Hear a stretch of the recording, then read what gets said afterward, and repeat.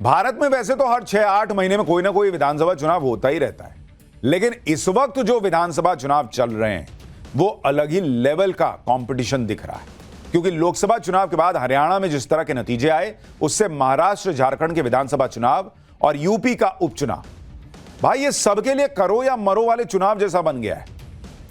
आप देखिए ना, महाराष्ट्र में असली एनसीपी कौन तय होना है, असली शिवसेना कौन ये तय होना है, राहुल गांधी की नैया डूबेगी बचेगी ये तय होना है, नरेंद्र मोदी क्या हरियाणा के बाद भी पार्टी को उसी ट्रैक पर लेकर चल पाएंगे जैसा उन्होंने रिकवरी की हरियाणा में, ये तय होना है। मतलब बहुत कुछ दांव पे लगा हुआ है, और इसलिए आप देखिए कि इस चुनाव में लोग पर्सनल लेवल तक पे कमेंट करने पर चले गए।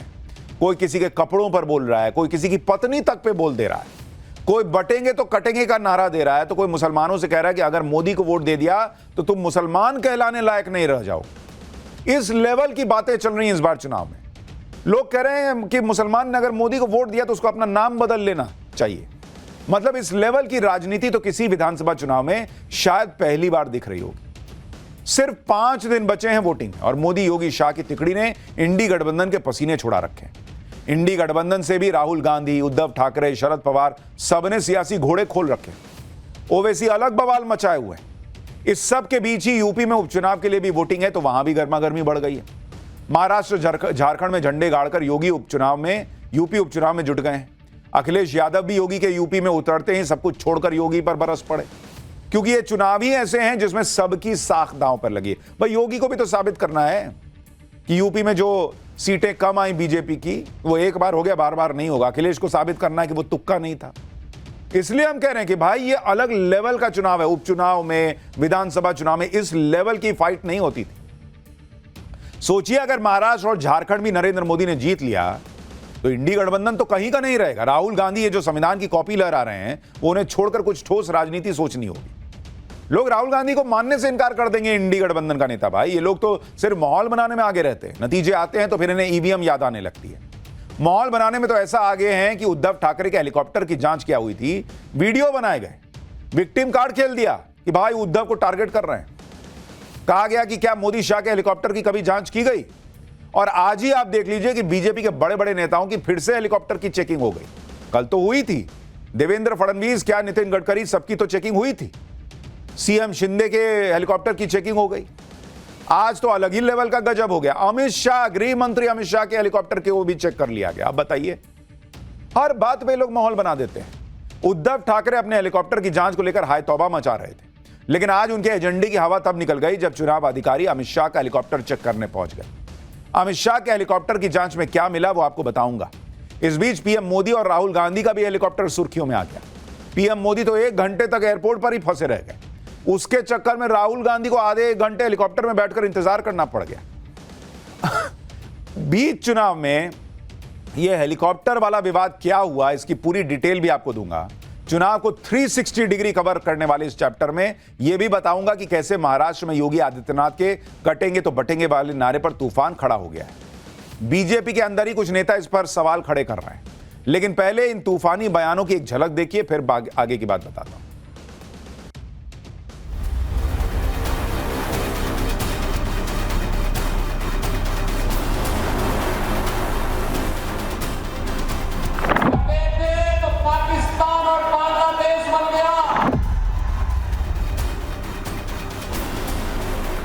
एक स्टेट के चीफ मिनिस्टर आते हैं और वो बोल देते हैं बटेंगे कटेंगे, तुरंत हमने बताया कि ये कि उत्तर प्रदेश नहीं है, नॉर्थ में ये चलता होगा।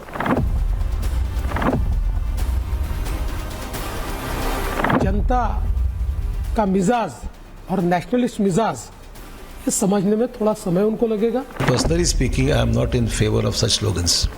लुटेंगे और बांटेंगे, महाराष्ट्र लुटेंगे आणि दोस्तों को बांटेंगे, ही यांची खरी घोषणा आहे। बटेंगे या कटेंगे वगैरह नहीं है। महाराष्ट्र के चुनाव में इस वक्त असदुद्दीन ओवैसी की भी खूब चर्चा हो रही है। ओवैसी के बयान वायरल हो रहे हैं। प्रचार में विरोधियों पर प्रहार करते करते असदुद्दीन ओवैसी सब्जी वाले की दुकान पर भी पहुंच गए।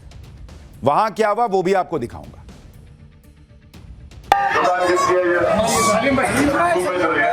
टमाटर कितना किलो है?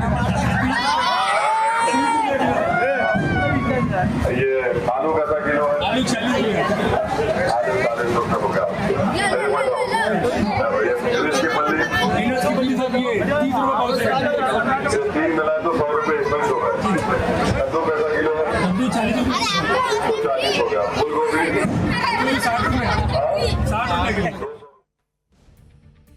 ओवैसी कितनी सब्जी खाते होंगे वही जानते होंगे, अमूमन तो गोश्त ही बनता होगा, लेकिन आज सब्जी के ठेले पे क्यों पहुंचे ये भी आगे बताऊंगा। देखिए, महाराष्ट्र के चुनाव में गजब लेवल की लड़ाई चल रही है। इस चुनावी लड़ाई में पीएम मोदी पूरी तरह से कॉन्फिडेंट हैं। वो अपना प्रचार खत्म कर चुके हैं। कल पीएम मोदी को नाइजीरिया के लिए निकलना है। उन्होंने समेट दिया भाई, अपना काम कर दिया और अब नाइजीरिया जा रहे हैं। नाइजीरिया के बाद ब्राजील चले जाएंगे जहां G20 की मीटिंग होनी है। लेकिन पीएम मोदी विदेश जाते जाते इंडी गठबंधन को एक चैलेंज देकर जा रहे हैं। पीएम मोदी के इस चैलेंज से कैसे उद्धव ठाकरे फंस गए हैं वो आपको बताऊंगा। पहले पीएम ने कहा क्या है ये सुनिए। मैंने इन्हें चुनौती दी थी कि कांग्रेस के मुंह से, कांग्रेस के शहजादे के मुंह से बाला साहब ठाकरे की प्रशंसा के लिए कुछ बात जरा बुलवा के दिखा दीजिए। अरे एक बार तो कांग्रेस के शहजादे से मुंह से निकलवाइए, हिंदू हृदय सम्राट बाला साहब ठाकरे। आज तक ये लोग कांग्रेस से, कांग्रेस के शहजादे से बाला साहब ठाकरे की प्रशंसा नहीं करवा पाए हैं। और यही अघाड़ी वालों की सच्चाई है। वीर सावरकर को गालियां देने वालों को भी ये लोग गले लगाते घूम रहे हैं। पीएम मोदी ने तो उद्धव ठाकरे की दुखती रग पर हाथ रख दिया, क्योंकि जो बाल ठाकरे जीवन भर कांग्रेस को उधेड़ते रहे, उसी कांग्रेस के साथ उद्धव ठाकरे ने हाथ मिला दिया। इसलिए तो पीएम ने उद्धव ठाकरे को चैलेंज दिया था कि जरा बुलवाइए ना, राहुल गांधी से बुलवाइए, हिंदू हृदय सम्राट बाला साहब ठाकरे, इतना बुलवा के दिखा दीजिए। कहां बुलवा पाए। उद्धव ठाकरे इसमें फंस गए। इस घेराबंदी में रही सही कसर गृहमंत्री अमित शाह ने पूरी की। उन्होंने कह दिया कि उद्धव सेना के लोग तो औरंगजेब के फैन क्लब की गोदी में बैठे हैं। अमित शाह को भी सुनिए। मैं आज उद्धव ठाकरे जी को पूछना आया हूं, ये उद्धव सेना के लोग औरंगजेब फैन क्लब की गोदी में बैठे हैं। उद्धव बाबू, आप हिंदुत्व को पाखंड कहने वालों के साथ बैठे हो। अफजल खान और औरंगजेब की कब्रों को सुशोभित करने वालों के साथ बैठे हो। संभाजीनगर नाम का विरोध करने वालों के साथ बैठे हो। कसाब को बिरयानी खिलाने वाले के साथ बैठे हो और राम मंदिर का विरोध करने वालों के साथ बैठे हो। जरा याद करना, आपके पिताजी ने इस महाराष्ट्र को किस रास्ते पर ले गए थे और आप किस रास्ते पर चल रहे हो। दरअसल इस चुनाव में यह भी तय होना है कि बाला साहब ठाकरे की विरासत किस शिवसेना के पास रहेगी, शिंदे वाली शिवसेना या उद्धव ठाकरे वाली शिवसेना। और इसलिए मोदी, शाह, पूरी बीजेपी बाला साहब ठाकरे की विरासत की याद दिला रही है। वो बता रही है कि उद्धव ठाकरे उसको कैरी नहीं कर पा रहे हैं। जो जिन लोगों से उन्होंने गठबंधन किया है वो तो बाला साहब ठाकरे की एक तारीफ नहीं कर सकते, वीर सावरकर की तारीफ नहीं कर सकते, ताकि वोटर को समझ में आए कि अरे यार ये कैसे हो सकते हैं असली वारिस जो अपने पिता की तारीफ नहीं करवा पा रहे।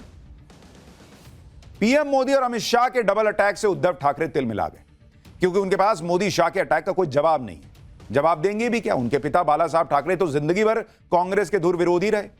बाला साहब ठाकरे कांग्रेस को इतना नापसंद करते थे कि उन्होंने एक बार कह दिया था कि जिस दिन भी उन्हें लगेगा कि उनकी पार्टी कांग्रेस जैसी होती जा रही है तो वो शिवसेना ही खत्म कर देंगे। एक इंटरव्यू में बाला साहब ठाकरे ने कहा था कि शिवसेना को कभी कांग्रेस जैसा होने नहीं दूंगा, कभी नहीं, और मुझे मालूम होगा कि ऐसा हो रहा है तो मैं अपनी दुकान बंद कर दूंगा।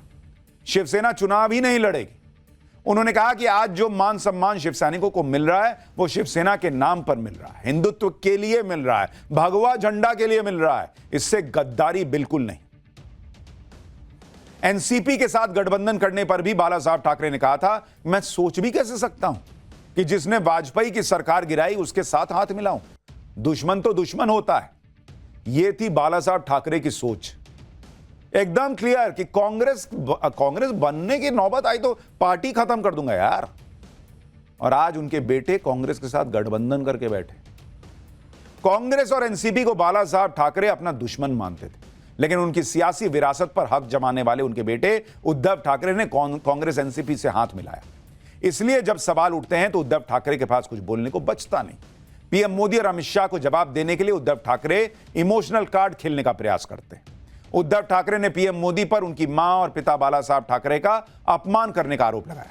उद्धव ने कहा कि पीएम मोदी बाला साहब के वंश को साथ नहीं रखना चाहते, शिवसेना प्रमुख के बेटे को नहीं चाहते, उन गद्दारों को अपने साथ ले जाना चाहते। उद्धव ने कहा कि आप बाला साहब और मेरी मां का अपमान कर रहे हैं। मोदी जी, आपके संस्कार कैसे हैं? उद्धव ठाकरे के सामने दिक्कत यह है कि वो चुनाव में खूब माहौल बनाने की कोशिश तो कर रहे हैं, लेकिन ये इमोशनल कार्ड चलेगा या नहीं, ये उनको भी नहीं पता। इमोशनल कार्ड और विक्टिम कार्ड, उद्धव ठाकरे दोनों कार्ड खेलकर अपने लिए माहौल बनाने का प्रयास कर रहे हैं। जैसे उद्धव ठाकरे के अपने हेलीकॉप्टर और सामान की जांच को लेकर आसमान सिर पर उन्होंने उठा लिया, विक्टिम कार्ड खेल दिया। यह कहा था कि चुनाव आयोग सिर्फ विपक्ष के नेताओं की जांच करता है, कभी पीएम मोदी और अमित शाह के हेलीकॉप्टर की जांच करके दिखाओ। उद्धव ठाकरे के इन आरोपों के बाद देवेंद्र फडणवीस के सामान की एयरपोर्ट पर चेकिंग का वीडियो आ चुका है। यह वीडियो 5 नवंबर का था, यानी उद्धव ठाकरे के हेलीकॉप्टर की जांच से बहुत पहले का। लेकिन चूंकि फडणवीस ने हल्ला नहीं मचाया तो पब्लिक को पता ही नहीं था कि ऐसा हो चुका है। इसी तरह महाराष्ट्र के सीएम एकनाथ शिंदे और डिप्टी सीएम अजित पवार के हेलीकॉप्टर और सामान की जांच हुई। आज तो महाराष्ट्र के हिंगोली में चुनाव आयोग ने गृहमंत्री अमित शाह का हेलीकॉप्टर खंगाल डाला।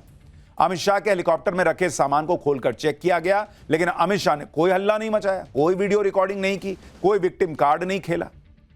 हेलीकॉप्टर जांच पर अमित शाह ने सोशल मीडिया पोस्ट पर बताया कि आज चुनाव आयोग के अधिकारियों के उनके हेलीकॉप्टर की जांच की। भाजपा निष्पक्ष चुनाव और स्वस्थ चुनाव प्रणाली में विश्वास रखती है और माननीय चुनाव आयोग द्वारा बनाए गए सभी नियमों का पालन करती है। एक स्वस्थ चुनाव प्रणाली में हम सभी को अपना योगदान देना चाहिए। अमित शाह की यह नसीहत किसके लिए है, ये बताने की जरूरत तो है नहीं।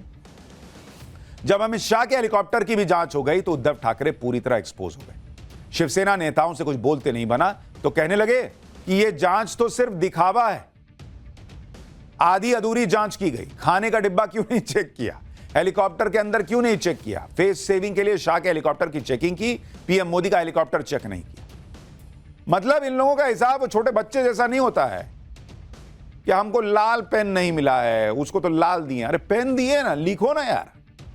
पहले कह रहे थे कि सिर्फ विपक्ष के नेताओं की चेकिंग से परेशान है, अब चेकिंग हो गई तो खाने का डिब्बा नहीं चेक किया, तो डिब्बा चेक किया तो उसमें मसाला कौन सा पड़ा था ये नहीं चेक किया।